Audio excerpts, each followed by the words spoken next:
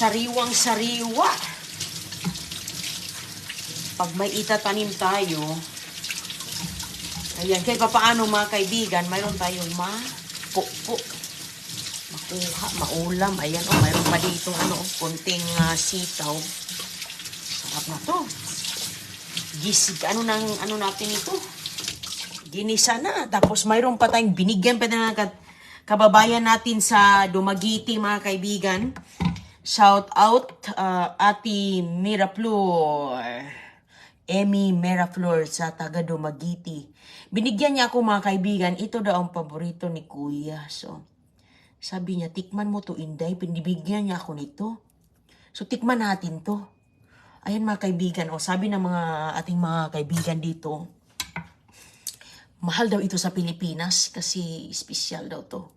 So, tikman natin. Di ba, mga kaibigan, pati si Inday Runing. Nabibiyayaan din dito. Makabayan natin dyan sa Dumaguete, no?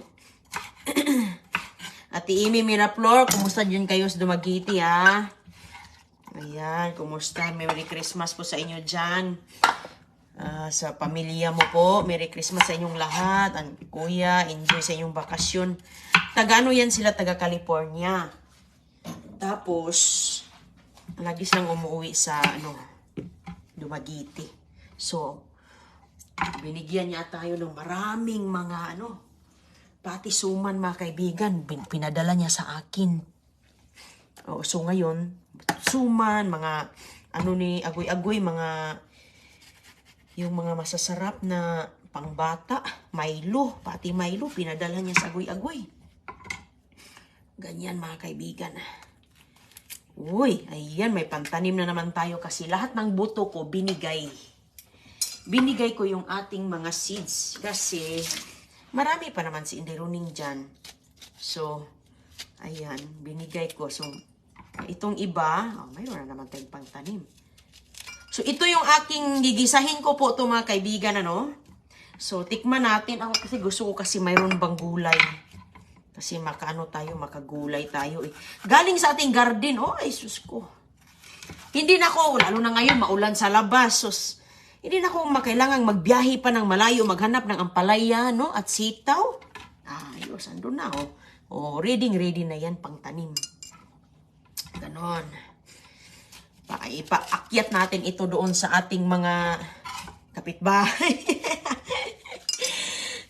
Ang ating ampalaya, pakyat natin doon sa kapitbahay natin, tingnan natin. Ayan, mga kaibigan. So, itong ampalaya natin, paano na to patapos na to, pero namumunga pa rin. So, kahit ganito man, medyo may kaliitan, hindi na siya gaya nung una na talagang malaking malaki, mahabang mahaba, no? Patapos na kasi ito, bata na to. Meron tayo ditong itong mga reject natin. Ayan, hindi pwede sa garden. Yan yung ating pampataba. Gamit tayo ng mga pampataba. So, wala akong mga kaibigan, wala man akong sibuyas. Masarap ito sa sibuyas, Isa daw itong corn beef, ang sabi. Corn beef siya. So, mayroon tayong tamang-tama, mayroon tayong gulay. Yan natin gagamitin, Ay, kasarap nito ba? Kahit nga mga kaibigan, salad-salad lang.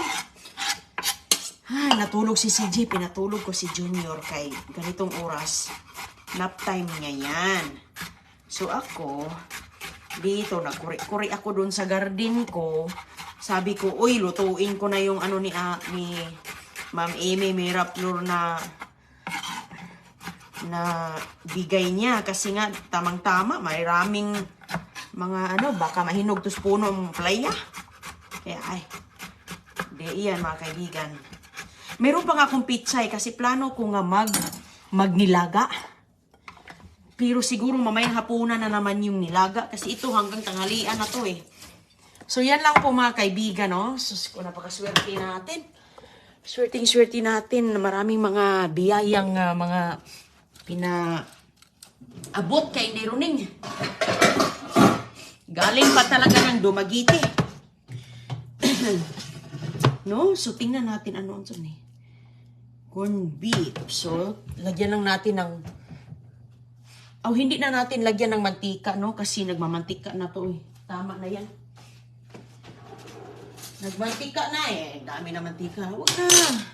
Basta corned beef, mayroong mga ano na yan sa loob. Dami na yung mga oil. Ngayon lang tayo naka-corned beef. So, ayan pangalan, Siguro nakatikim na ito, nakatikim na kayo nito, no? Kasi wala man ito dito sa Amerika. Oh, wow! Hala, napakabango! Ay, ang ganda, no? Ang sarap nito. Tikman ko daw. Pwede na sa nung kainin, no? Luto na to, siguro. Luto na to. Oh, sarap. Oh, wow. Sarap, mga kaibigan, ay. Ang sarap. So, ayan natutulog yung mga oil niya. So, yan lang ang aking ilagay. Wala po akong ibang, naubusan talaga man. Ay, hala. Hindi kasi ako nakapunta sa tindahan, mga kaibigan. Hindi ako nakapunta sa tindahan talaga. Alam nyo, hindi ako dito. Hindi, medyo matagal na akong hindi nakagugu-grocery. Kasi kung sabihin lagyan ko ng kamatis. Kasi kung sasabihin mong kamatis, meron man tayo dyan. So, hindi ko na talaga, nahinog na nga yung kamatis ko doon, Wow! Wow, wow, wow! Maraming salamat talaga kay Ma'am Amy Miraflor, no? Maraming salamat sa kanilang pinaabot na biyaya. So, kuha lang ako ng kamatis dito. Pahinain lang natin.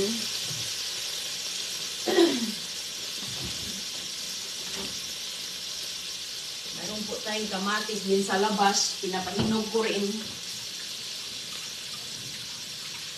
Pinapahinog ko yung kamatis kaya masarap siyang kainin kapag andun sa puno. Bahinog. Yan. Wala man akong bawang. Naubusan din tayo ng bawang. Ang masarap din dito, mga kaibigan, na laging sinasama ay sibuyas. Ay, ang sarap nito sa kanin.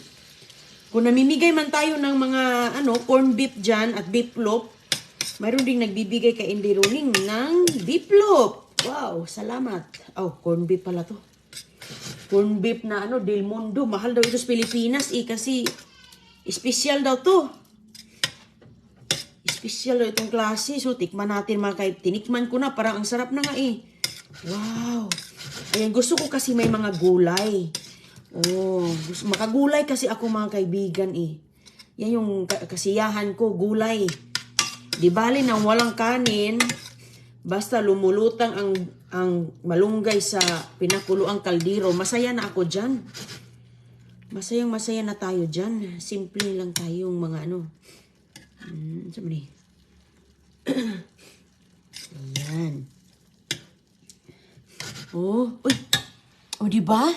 Painaan lang natin, tapos, ayan, pagkatapos nito, lagyan na natin ang ating ampalaya. Sus ko. Lagyan ko ng konting paminta. Paminta, at saka, hindi na natin lagyan ng tama na yung niya kasi nga, may na yan, may timplado na to mga kaibigan. Kasi yung nasa lata na yan, sarap ba? Sarap. Ang sarap niya. Ganito, pwede mo ng ulam to. Wow. Lagay ko na pa. Lakasan natin ng konti. Tapos, ilagay na natin ang ating ampalaya na may kunting may kunting sitaw. Ay, napakasarap nito. Napakasarap. Tapos, kain tayo, kamayan. Nilagyan natin ng sitaw. Sama na natin yung sitaw. Balit lang naman eh. Sus ko mga kaibigan. Di ba? Ayan. Wow. Lakasan natin ng konti ang ating di ba mga kaibigan, sus ko. Hala, sa mga mahilig sa mga gulay, pwede nyo yang lagyan ng inyong mga biplop. Ihiwa-hiwain nyo yan. Kahit mga corn beef. Oh, di. Mayroong mga dumagdag na mga protina. Oh, di ba? May dagdag na mga ano natin. Gulay. Oh, sus ko, sarap. Merry Christmas po. Maraming salamat po sa mga sa mga greetings. Takpan natin para mabilis maluto. Kay gutom na. Nagutom na ako. Hindi kasi ako nag-almusal pa dahil alam nyo na, tayong mga dakilang ina. Uunahin natin ang ating mga chikiting. O, diba? So, una sila. Pagtapos na sila, tayo na. So, ngayon, hugasan ko muna ito. Ang ating mga kay marami pa tayong gagawin mamaya mga kaibigan. Si Ate Amy Miraflor nasa Dumaguete ngayon kasi nagdoon sila nagki-Christmas with her family, with her mother and dad. Nasabi na sila, so sana'y for sure super enjoy sila doon kasi nga there's no place like home. Diba? Hala, kalami. Uy, oo, ma'am. Marelo. Hello, shout out. Oh, masarap po. Masarap. Lami kaayo, Ma'am Ju. Pati Jo, lamian ni Ma'am. First time ko nang nakatikim, Ma'am. Binigyan niya ako niyan, mga 2 lata. Gusto daw niya akong mapatikim. Bait talaga ni Ate Amy, oy. Ang layo ng Magiti na po dito.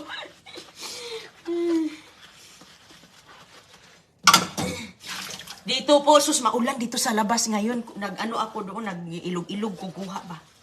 Kay, ayan, hapunan na yan namin. Hapunan. Tanghalian na yan namin ni CJ mamaya. Tamang-tama, pagising ni CJ. Kumain na kasi sila kanina. Nagluto ako ng almusal nila. Sabay silang agoy-agoy. So, isip ko nga, oy, marami akong gulay. Sige, kay baka makalimutan natin. Minsan kasi mga kaibigan, sa dami ng mga gulay doon, kanina nanguha ako, nag-harvest ako ng mga upo. Ang daming upo ni Inday Roning. Hindi naman madami, 3 malalaki. So, ibigay ko yan kay ate, isiit kay matagal na din siyang hindi nakaluto ng upo ni Inday Roning. So, ayan. Sabi ko, bigay ko yan sa te kay alam kong paborito niya yan. At saka may mga maliit pa naman doon. May mga maliliit pa. Ganun talaga. Konting hintay na lang.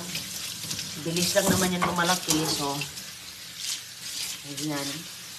Nakaluto din ako ng upo. Meron pa din akong upo dyan na ginisa ko. Mga kaibigan, mayroon pa akong ginisa dyan na upo. Okay, so ito pwede na to. Pwede na to. Ay, ilutuin ko pala ito ng para hindi mga kaibigan. Para malambot kay CG. Kasi kasi yan. Hindi pa naman masakit pa naman yung mga ngalangalan ni CG dahil gilagid. Kasi ganun talaga pag nagingipin. Hindi ko na yan nalagyan ng tubig. Paminta lang ang nilagay ko kasi timplado na to eh. O diba? Lalong dumami ang ulam. Wow.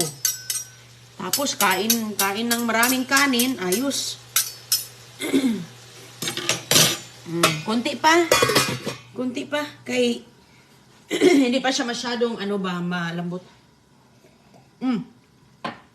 Samahan niyo ako dito sa upo. Natin tong upo natin.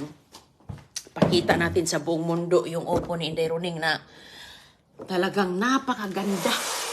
Organic. Walang kahit anong tatsa. Ayan diba? Dalhin ko ito sa party ngayong Sabado dahil inimbitahan tayo. Ito yung aking ibigay kay Ate Gaga. Diba? Ayan. Ilagay ko pala ito sa mga kaibigan para laging ilagay ko sa rep. Hugasan muna natin. Hindi ko muna hugasan. Alam nyo mga kaibigan, yung mga prutas ninyo or kahit ano, na like gulay, ganito, hindi ko muna yan hinuhugasan mga kaibigan. Hindi ko na muna hinuhugasan kasi ang gulay po talaga, mayroon kasi yung para sa balat natin ba, mayroon tayong mga magagandang cells na nagpo-protect sa ating loob. So ito, ganun din. Pag mahugasan natin yung mga matatanggal yung mga nagpo-protect sa loob ng ating gulay. Ayan. So hindi ko hinuhugasan. Saka ko nahugasan kapag ready nang lutuin. Ready na. Tapos may ibang gulay din na pwede mo nang hugasan tapos i-storage, pero ito hindi. Kasi parang strawberry, example lang sa strawberry ha.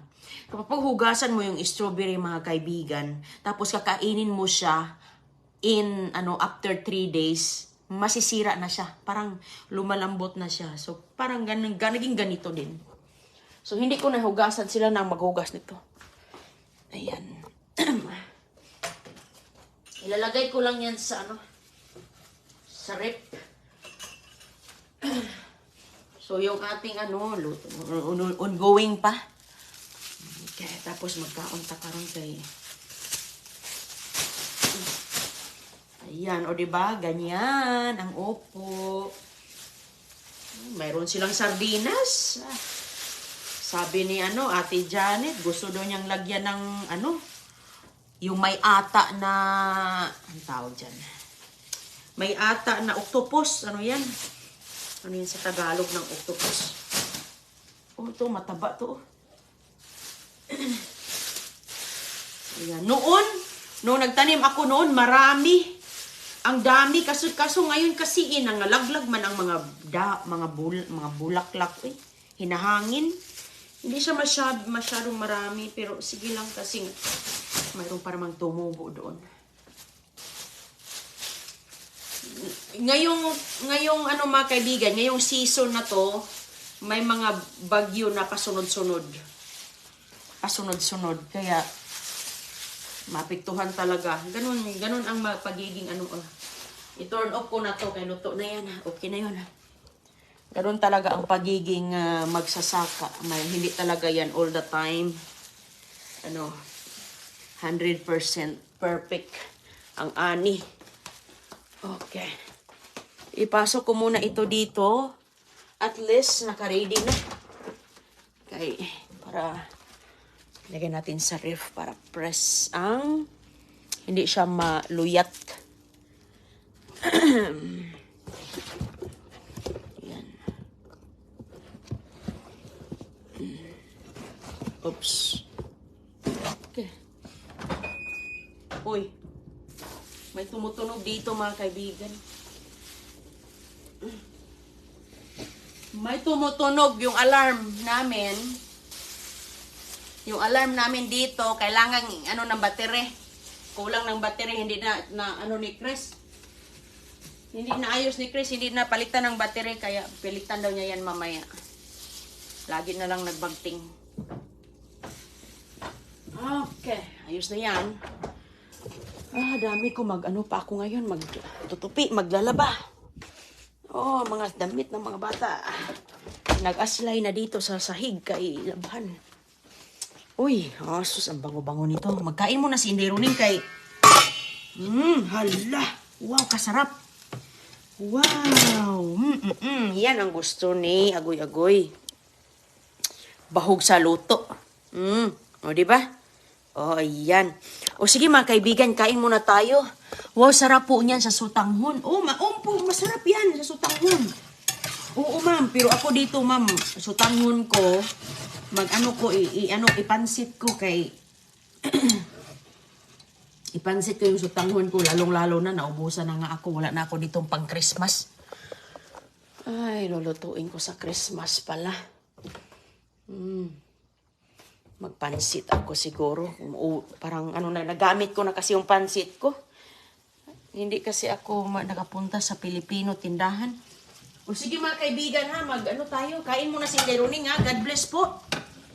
God bless po. At ingat kayong lahat dyan. Sana ay Safe kayo palagi, no? Sa mga pang-araw-araw na mga gawain, ingat po kayo lagi, ingatan ang sarili, kain po ng marami dahil, ayan, wag po kayo magpagutom dahil yung katawan natin laging kumikilos, laging punta doon, punta dito, di ba? Lagi tayong kumikilos, gumagalaw tayo palagi. So, yan ang kailangan ng katawan natin, kain tayo ng todo, huwag yung yung iba dyan na mga ganyan-ganyan kasi nga, importante, busog tayo dahil marami tayong mga responsibilidad sa ating sarili, sa ating bahay, di ba? Marami tayong mga gawain. Kaya, sige, sarap ng palaya. Mga apo ko, gustong-gusto nila yan. Josepina Manalo. Oo, gustong-gusto talaga nila yan, ma'am. Sarap talaga yan palaya. Lalo na lagyan ng itlog, di ba? Mostly itlog. Paborito yan ng anak ko. Lalo na nilagay pa nga yan sa tinapay. Pinapalaman, mga kaibigan. O sige ha, ingat po kayo dyan and God bless. Kita lang tayo sa sunod nating live ulit ha. Kain mo tayo. Kaik! Hello, Kaik! I love you and I. Hello! Hello, sarap niyan. Thank you, Ma'am Christy Garcia. God bless po and Merry Christmas. Ali Rosas.